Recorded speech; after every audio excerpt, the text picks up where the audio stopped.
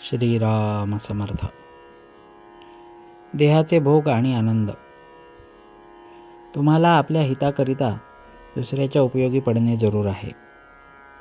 तुम्ही असे नाही म्हणता कामा की परमात्म्यानेच याला अशा स्थितीत ठेवला आहे, त्याच्या विरुद्ध कसे जावे.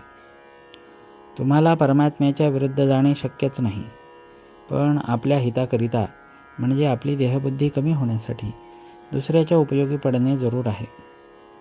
जसे लहान मुलांना खाऊ वगैरे दिला म्हणजे घरच्या यजमानाला पोचतो, तद्वत लोकांच्या उपयोगी पडले म्हणजे ते परमात्म्याला पोचते. परमात्म्याने पाठविलेली दुखणी संकटे यात आनंद मानला पाहिजे.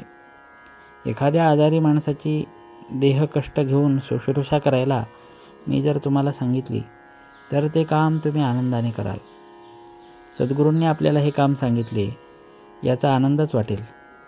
मग परमात्म्याच्या इच्छेने येणारी दुखणी संकटे यांचाही तुम्ही का नाही मानू आनंद.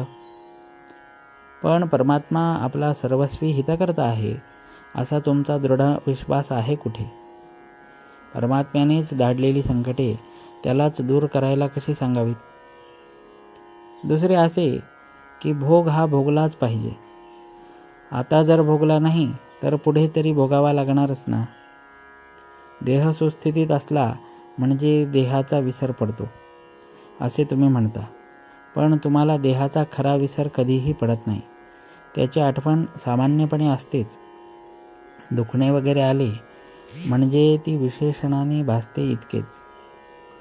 दुखणे आणि त्याचे दुःख ही दोन निराळी असल्यामुळे दुखणे आले तरी मनुष्याला आनंदात राहता येईल. ज्याच्याजवळ भगवंत असेल त्यालाच आनंदाचे जगणे प्राप्त होईल. म्हणून ज्याला आनंदात जगायचे आहे त्याने नाम घ्यावे आणि भगवंताच्या अनुसंधानात राहावे. अनुसंधान कशाला म्हणावे.